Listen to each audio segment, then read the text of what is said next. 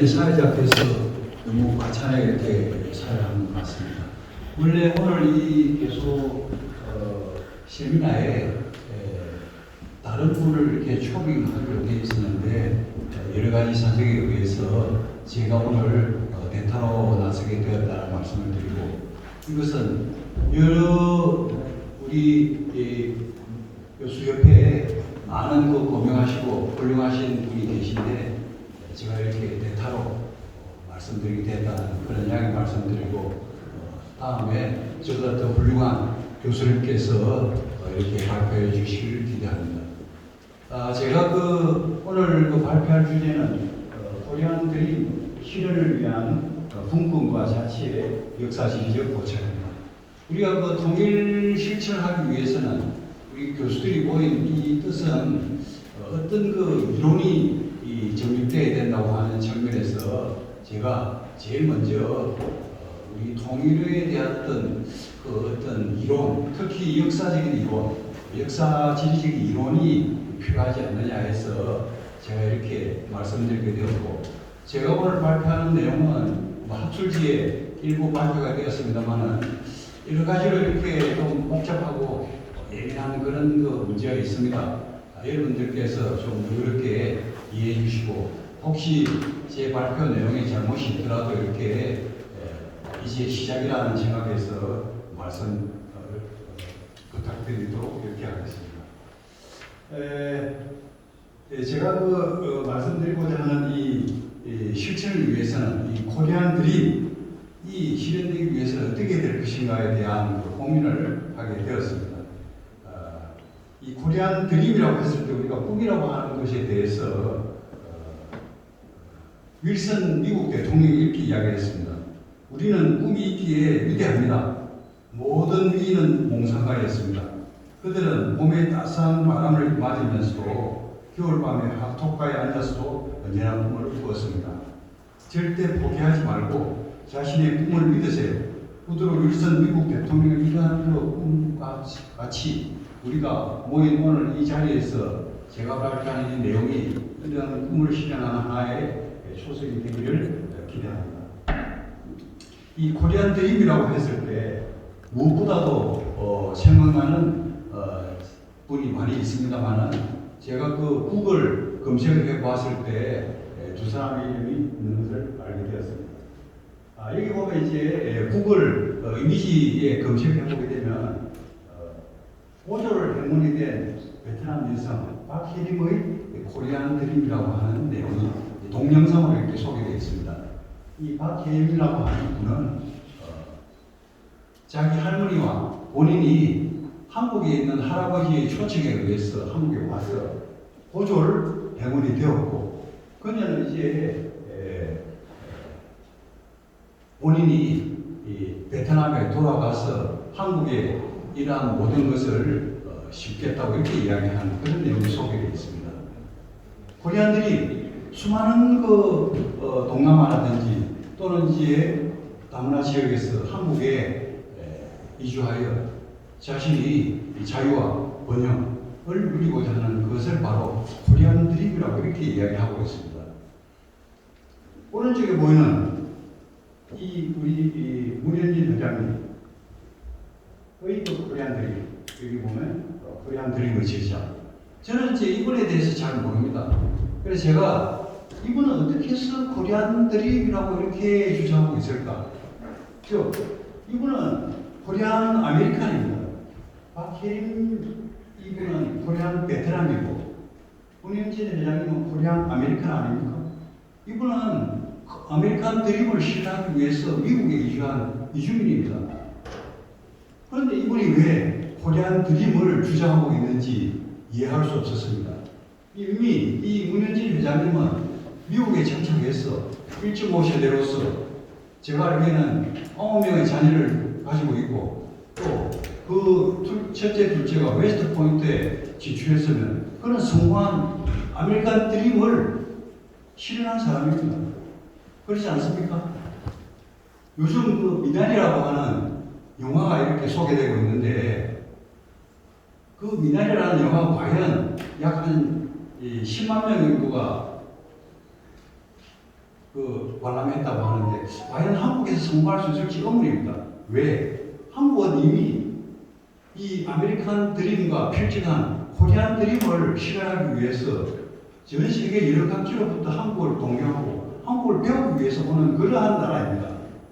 그래서 이 문현진 회장님께서 왜 이 코리안 드림을 주장하게 되었을까 하는 데 대해서 고민해 본 결과 이분은 연세가 한 50대 중반이고 또 우리가 비슷한 그 시대에 살았기 때문에 그가 생각했던 그 생각이 바로 무엇일까?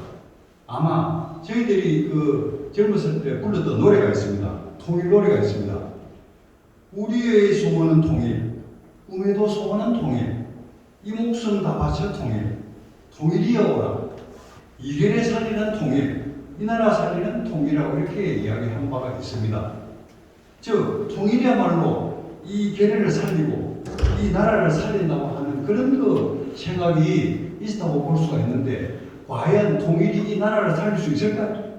과연 이 통일이 이 국가를 살릴 수 있다고 생각하십니까? 이미 우리는 통일이 전개되기 전에 현재 대한민국은 전 세계 경제 10대 강국입니다. 그리고 GPX 전쟁 억지력은 제 세계 7위의 그 군사력을 갖고 있습니다. 우리는 통일이 아니더라도 이미 이 나라가 살려져 있습니다. 즉, 이 나라는 이 통일이 될 수 있는 과연 그런 거 필요가 있을까 하는 그런 의문을 제시할 수가 있는데 이 시대에 지금 이제 가지고 있는 그런 이 문현진님의 통일 그 생각을 한번 살펴보게 되면 이렇게 이야기를 하고 있습니다. 문현진 의장님은 군난 70년 동안 만들어진 한반도의 안보, 경제, 그리고 사회적 문제들이 궁극적인 해소로 통일을 제시하고 나아가 문현진은 수천 년 동안 하나의 민족을 형성해온 건국 원칙과 문화의 기초에 평화를 실현하는 획기적인 방법이라고 이렇게 이야기를 하고 있습니다. 그래서 우리 문 의장님의 이러한 코리안 드림의 궁극적인 목표인 통일을 실현하기 위한 그것이 바로 궁극적인 해법이라고 이렇게 이야기하게 되는데 아마 우리 교수협회가 이러한 해법의 하나로서 통일을 어떻게 해야 될 것인가 하는 점에 대해서 말씀드릴 수가 있겠습니다. 여기서 말하는 하나의 민족을 형성해온 건국 원칙과 문화에 기초한 평화를 실현한 이러한 생각이 역사적으로 어떤 타당한 면이 있는가 하는 것을 밝히는 것이 제 오늘의 논문 주제의 발표라고 이야기할 수가 있겠습니다. 오늘 이 대한민국이 직면하고 있는 이 문제 중에 하나가 다양한 문제가 있습니다. 저출산율, 그 다음에 고령화, 그리고 심각한 불평등이 산재해 있습니다. 우리가 미국보다는 불평등이 심화되어 있지 않다고 하지만 여러 가지 사회적 문제를 안고 있기 때문에 과연 이러한 문제를 해결하는 데 있어서 이 통일이 하나의 해법이 될 수 있을까 하는 방향으로 이렇게 선회해 본다고 했을 때 이 4차 산업시대, 4차 산업시대라고 하는 것은 소득이 더욱더 불평등화되고 로봇과 자동화에 의해서 여가 활동이 많아져야 되며 할 일이 없는 그리고 이제 수많은 사람들이 직장을 회복하는 이러한 시점에 과연 우리 문현진 의장님이 제시한 통일이라고 하는 해법이 긍정적으로 작용할 수 있을지 하는 문제에 대해서 고민해 보지 않을 수가 없습니다. 이미 이 4차 산업에 대해서는 이 포스터를 보시면 4차 산업혁명과 삶의 변화라고 하는 이런 포스터를 보게 되면 우리 가까이에 이 4차 산업이 갖고 있는 여러 가지 문제들이 우리 피부에 와닿고 있기 때문에 이것을 통일과 관련시키는 것이 대단히 중요하다고 볼 수가 있겠습니다. 우리가 이러한 통일과 4차 산업이 갖고 있는 다양한 문제들을 해결하면서 이 코리안 드림을 실현하기 위한 전략에 대한 하나의 이론으로 오늘 말씀드릴 내용을 시작해 보도록 하겠습니다. 우리가 문현진 여장님께서 1.5세대로서 본인이 갖고 있는 그러한 생각은 아마 아버지 또는 할아버지 또는 정조 할아버지로부터 내려온 우리 민족의 어떤 통일성에 관한 그런 내용이 아닐까 생각해 보게 되었습니다. 그래서 대체적으로 이게 계신 분들은 우리의 선조들은 하나의 그 홍익인간 이름이 구현되고, 그래서 우리의 그 공통의 고대 역사, 그것은 바로 이 당군 조선이라고 하는 그런 것에 대한 공감을 남과 북이 다 같이 하고 있다고 볼 수가 있는데, 이 당군 조선이라고 하는 것이 과연 역사적으로 어떤 의미가 있을까 하는 데 대해서 제가 생각을 해보게 되었습니다. 이 당군 조선이라고 하는 것을 보게 되면 여기 넓은 이렇게 강조로 되어 있고, 놀랍지 않습니까?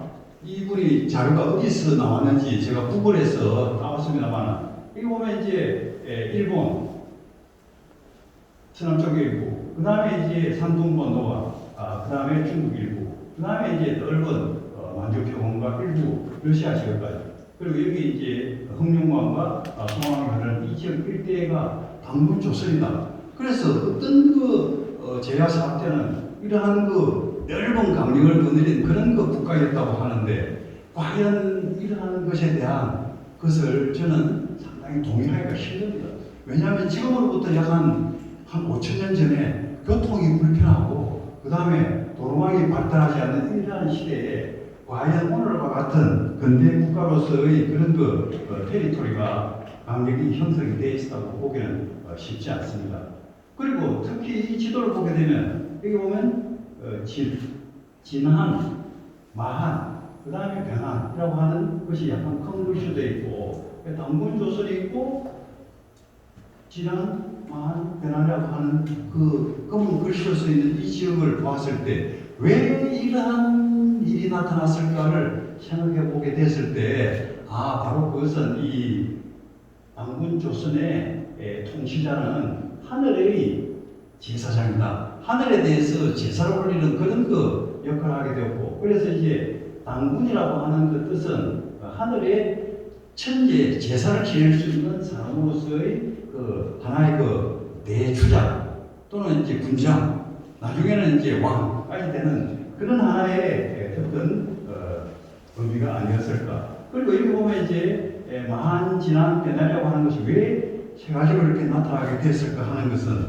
바로 이 밤하늘의 별자리에 천문도를 바라보게 되면 천문이라고 하는 것을 우리가 살펴보게 되면 천문에는 이제 삼원이라고 하는 것이 있습니다. 제가 특별히 여러분들에게 준비해놓은 자료를 보시게 되면 우리의 선조들은 하늘에 대한 열망을 갖고 있고, 그래서 그들은 뭡니까? 천문도에 보게 되면 자미원과 태미원과 천시원이 있고, 이 셋을 하늘의 삼원이라고 하게 되고, 그래서 이 인간 최고의 지인 천자가 셋이라는 것은 동시에 천자가 셋이나 존재한다는 것이 아니라 각기 때에 따른 역할을 한다는 그런 의미에서 고대 우리 조상들은 이러한 삼원을 바라보면서 여기에 북극성이 돌면서 거기에 이제 옥황상제가 살고 있다고 하는 그런 관념 속에서 하늘의 제사를 지는 그러한 다원적인 그런 정치 체제를 갖고 있었고, 또 여기 보면 아래쪽에 이 그림을 보게 되면 북두칠성과 신난수라고 하는 것이 있는데, 여러분들이 이 부여라고 하는 이 만주 벌판을 다니다 보게 되면 맑은 날 밤하늘의 별들이 이 나무에 이렇게 비치는 그런 것을 보게 되고, 그것이 이제 형상화돼서 신라의 왕관까지 이렇게 상징화된 것을 생각하고 보게 되었을 때, 이 당군 조선이라고 하는 우리의 신화라고 하는 것이 상당히 다원적인 정치 체제와, 당시에 이 당군 조선 아래에서는 수많은 종족들이 있었는데 그런 종족들의 수호 경쟁하에서 이루어졌다고 하는 것을 알 수가 있습니다.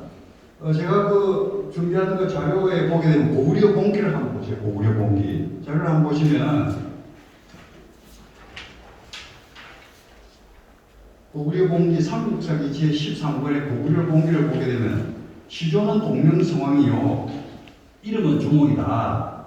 그리고 이제 그가 이제 아들이 없어가지고 산천에 해부루가라고 하는 부여왕이 아들이 없어서 산천에 제사를 지내서 아들을 구했는데, 그가 눈물을 흘리는 것을 보고 이상하게 시켜서 그 돌을 굴려보게 되니 금빛 개구리 신입체라고 해서 그가 이제 그 모함이 되었다는 거 아니에요. 그래 우리가 이제 이 지도에서 보게 되면 다양한 종족들이 있어요. 헤브론은 이제 하늘을 숭배하는 족이고 금빛 개구리라고 하는 금빛 개구리를 숭배하는 종족이라는 그런 뜻이에요. 그리고 이제 금호왕의 그 아들이 있는데 주몽이 있는데 그 주몽도 그 압록강 유역에 있는 유아라고 하는 그 여인으로부터 출생한 그 주몽을 자기 아들로 삼는 것을 보게 되면 당시에는 이 당군 조선의 넓은 영토에 수많은 종족들이 있었다고 하는 것을 말해요. 종족이라고 하는 것은 뭐예요? 문화적으로 같은 어떤 혈통을 가지고 있어요. 문화적인 같은 집단을. 이때 문화라고 하는 것은 뭐예요? 당시에는 곰을 숭배한다든지, 호랑이를 숭배한다든지, 개구리를 숭배한다든지, 또는 뭡니까? 물을 숭배한다든지, 이런 종족들이 있는데, 이러한 종족들에 이루어진 다종족, 다원적인 정치 체제가 당군 조선의 시발이었다고 저는 생각하게 되었습니다. 우리가 이 다양한 그 종족들과 종족이라고 하는 것은 하나의 문화적인 그런 그 기준에 의해서 이루어진 집단이라고 볼 수가 있는데, 이러한 그 문화적인 다양한 집단들이 왼쪽 지도를 보게 되면은 여기 보면 이제 공사 문화가 있고 암소 문화가 있고 국방초 문화가 있다고 하는 것을 알 수가 있는데, 이러한 다양한 문화들이 접촉을 하면서 다양한 종족들이 서로 상호 영향을 맺으면서 오른쪽 지도에 보이는 것처럼 랴오의 문화유로, 즉 우리 당군 조선의 그 후발 국가인 고조선의 그 문화유람이라고 하는 것이 즉 하나의 그 중심이라고 이렇게 이야기할 수 있는 것 아니에요. 오른쪽 지도를 보게 되면 랴오허 문명 속에서 우리 고조선의 문화가 있는데, 그들은 다양한 종족들로 이루어져 있는데 그 중에 중요한 정치 지도자는 3명이었고 그 3명은 돌아가면서 어떤 역할이 있었고, 그는 뭡니까? 하늘에 제사를 지내는 그런 그 자손이었다라고 이렇게 볼 수가 있겠습니다. 이러한 그 랴오의 문화유람은 서로 이질적인 문화가 서로 융합되면서 나타난 하나의 현상으로서 이러한 랴오의 문화유람이 그 이후에 이제 중국 문화의 영향을 받으면서 후퇴를 해서 오늘날 우리의 중요한 고조선이다라고 하는 그런 것으로 남게 되었다고 볼 수가 있겠습니다. 이러한 고조선 시대 때의 천하에 대한 그런 그 관념이 비롯됐다고 할 수 있는 이것은 바로 고구려의 개성이 되어가지고, 본인들은 뭡니까? 고구려의 천하관이라고 하는 논문을 보게 되면은 고구려의 그 주몽은 천재라고 되어 있고, 그는 뭡니까?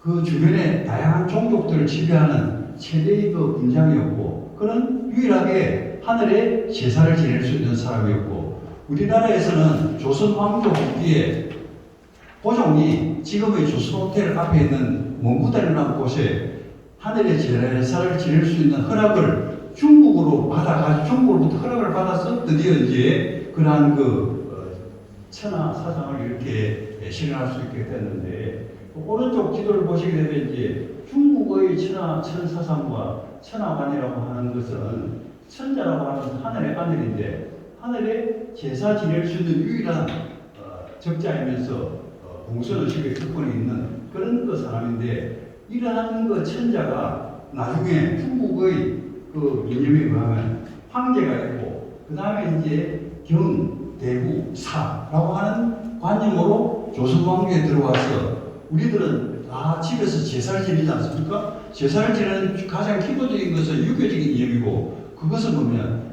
사는 집에서 제사를 지내고, 경은 자기 주변에 제사를 지내고, 그 다음에 이제 우리나라의 왕은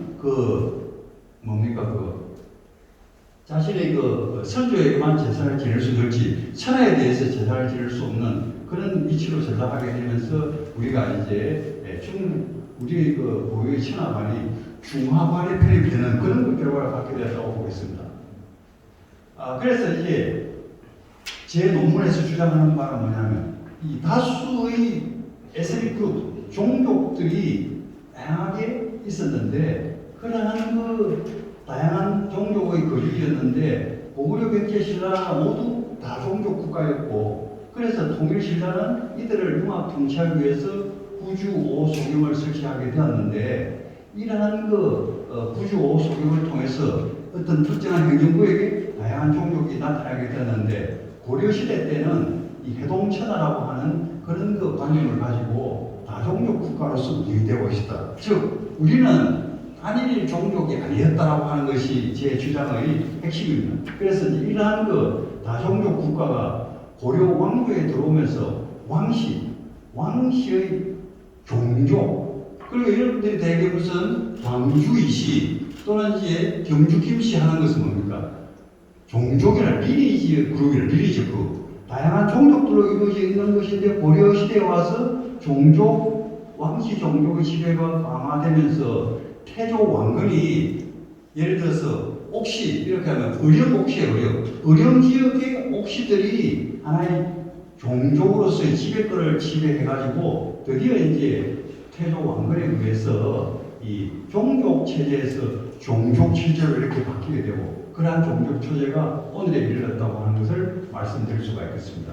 이러한 것은 이제 고려의 해동천하 속의 이 종족 사회로부터 중앙집권적 조선왕조의 종중사회로 변화하게 되면서 행정구역의 변화에 따라서 조선왕조에 들어와서 드디어 조선은 팔도제를 시행함으로써 중앙집권을 완성하고, 그래서 드디어 이제 오른쪽에 보는 청주의 종중사회 자료를 보게 되면은 오른쪽에 보면 성시가 있지 않습니까? 성시? 그럼 이시는 뭐냐면 완산이시가 있어요. 그 다음에 또 연안이시가 있고 또 뭐 경주시가 있고, 이 자료는 1850년대 여지도의 자료를 보게 되면 각 구현에 종중들이 많이 분포하고 있고, 그 중에서 청주에는 한시라고 되어 있어요. 한.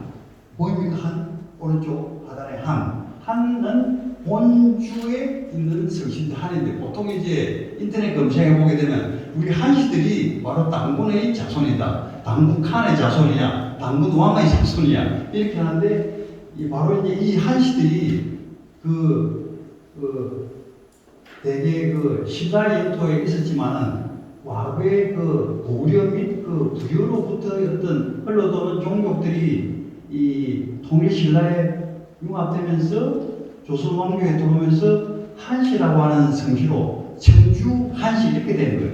그러니까 청주 한시는 과연 이제 종중사회로서 한시들이 이제 여러분들이 알고 있는 것처럼 수많은 높은 고위관직들을 배출하지 않았습니까? 그래서 우리 사회는 이제 높은 벼슬을 해서 왕에게 충성하고 중국의 천자에 충성하는 그런 체제로 바뀌었다고 하는 것을 말씀드릴 수가 있겠습니다. 이러한 종족사회의 흔적으로서는 많은 방언이 있다는 사실이죠. 여기 보면 전라도 사투리, 경상도 사투리, 평안도 사투리, 이 다람쥐라고 하는 것 자체도 여기 보면 충청도, 평안도, 경기도 다 다르다고 볼 수가 있는 거예요.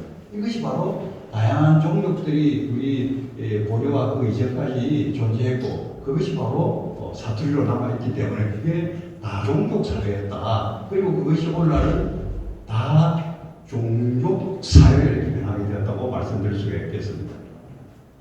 자, 여기 이제 마지막으로 시간이 있기 때문에 말씀드리는데, 여기 보면 양천시 종족 사회를 나타내는 사진을 한번 보세요. 여기 보게 되면 이제 제일 앞줄에 오른쪽에 앉아 있는 분은 뭡니까? 약간 인종적으로 보게 되면 약간 옆에 코가 이렇게 해서 약간 아프리카, 약간 기운의 어떤 그런 신체적인 특징을 가지고 있고, 그 다음에 앞줄에 오른쪽에 앉아 있는 할머니는 상당히 저기 서구적인 서역의 어떤 특징을 갖고 있고, 또 뒷줄에 제일 왼쪽에 앉아 있는 분은 둥글기 때문에 몽골 쪽에 어떤 현적이 있기 때문에 오늘날 우리들의 모습은 인종적으로, 즉 다종족 사회로서의 어떤 특징을 나타내는 극명한 것이 세 가지가 있는데, 하나는 우리가 신체적으로 다양한 신체적인 특징이 있다는 거예요. 제 같은 경우를 보면 옥한석 하면 되게 고등학교 때 나를 많이 놀렸어요. 약간 너는 아프리카 아프리카 기운을 두고 있는 것이 아닌가. 머리가 요즘은 이렇게 되어 있었는데 그 당시 상당히 곱슬머리였어요. 그렇기 때문에 신체적인 특징으로서는 인종적으로는 우리 한반도에 다양한 인종이 있고, 종족적으로는 여기 양천어 시들이 모여있는 이분들이 그 말씨를 보게 되면 한 명도 사퇴를 한 분도 있고, 그래서 양천어 시 중에 북한으로부터 남쪽으로 이렇게 남한 양천어 시 같은 경우는 평안도 사퇴를 할 수가 있는 거예요. 그 양천어 시가 이제 평안도에 가서 평안도 할머니하고 살면서 그쪽에 풍수가 문화를 익혀서 평안도 사퇴를 할 수가 있는 거예요. 그리고 또 양천어 시 어떤 분은 경상도 사투리 또는 전라도 사투리를 할 수가 있는 거예요. 그런 것들이 바로 다 종족 사회라는 거예요. 네? 그게 다 종족 사회, 잘못해 다 종족 사회. 이 종족 사회 양천어 시들의 기본적인 목표는 뭐겠어요? 높은 벼슬을 하는 거예요. 문과 급제를 해서 높은 벼슬에 올려서 대부에 이르고 작은 대부, 그 다음에 이제 가선 대부에 이르고 그 대부가 되면 왕에 충성하고 왕은 다시 중국의 황제에게 충성을 하는 그런 거 다 종족 사회로 오늘날에 도달했기 때문에 우리가 이 과거에 우리 선조들은 고려 시대와 고조선 시대의 종족 사회라고 하는 것을 허릿하게 되었고, 북한의 경우는 이제 김씨 종족 사회라고 이렇게 말씀드릴 수가 있어요. 왜? 여기는 뭐냐면 여기 영생으로 되어 있잖아요. 김일성 영생을 불린다고 돼요. 그리고 북한에 있는 적어도 2,500만 중에 약 1%인 250만 또는 2만 5천 명은 의거의 수령이 영생을 누리고 있고, 그가 우리를 도와주고 있다는 어떤 사교 집단에 속한 하나의 종족 사회이기 때문에 우리가 이런 그 종족 사회를 어떻게 해결해야 될 것인가 하는 문제가 있다고 볼 수가 있게 되는데, 그래서 우리 앞으로는 이러한 그 오늘날의 다양한 이주민들이 오게 되고, 베트남, 몽골에서는 이런 이주민들도 있고, 이러한 이주민들을 잘 구성하면서도 다종족 사회를 중심으로 한 그런 사회로 나가야 되고, 그렇게 하기 위해서는 우리가 이번 그 교수협회에서 논의한 그런 그 금융타원 같은 이런 문제도 하나의 그 분권적인 그런 체제로 나가야 된다고 그런 식으로 말씀드릴 수가 있겠습니다. 왼쪽에 보면 런던의 가나리 와퍼라고 하는 곳이 있는데, 그 도클랜드, 그리고 여기는 뭡니까? 저기 JP 모건이라든지 스위스은행이라든지 여러 가지 세계적인 금융회사가 런던 동부에 가나리 와퍼라는 도크에 이렇게 만들어져 있는 그런 금융타운이 있는데, 이 금융타운이 브렉시트에 의해서 프랑크푸르트라든지 파리로 이렇게 이주를 해도 그게 성공이 안 되는 거예요. 왜? 런던은 영어를 다 상용해야 되고, 우리도 예를 들어서 이제 여의도 금융타운이 제도를 되려면 다 영어 상용권으로 바뀌어야 되는 거예요. 그렇게 하기 위해서는 여의도동 같은 경우도 특별 지방자치법에 의해서 특별자치동 또는 법률을 개정해서라도 특별자치구로 되어야만이 규제와 완화가 되고, 그 다음에 영어가 상용화되는 그런 금융타운이 될 수 있다고 하는 측면에서 우리가 이 한국 사회에 여의도동이 영어가 상용화되는 타운이 된다고 하면 새로운 하나의 지역이 되고, 그것은 이제 하나의 그 한국의 다종족적인 그런 그 문화 속에서 실현될 수 있는 그런 그 근거가 마련될 수 있지 않느냐, 이렇게 생각을 할 수가 있겠습니다. 이것으로 해서 제 발표를 마무리 지으면서 우리가 이제 다 종족 사회와 다 종족 사회로서의 한국 사회를 새롭게 볼 수 있는 그런 그 계기가 마련되기를 기대하면서 제 발표를 마치도록 하겠습니다. 고맙습니다.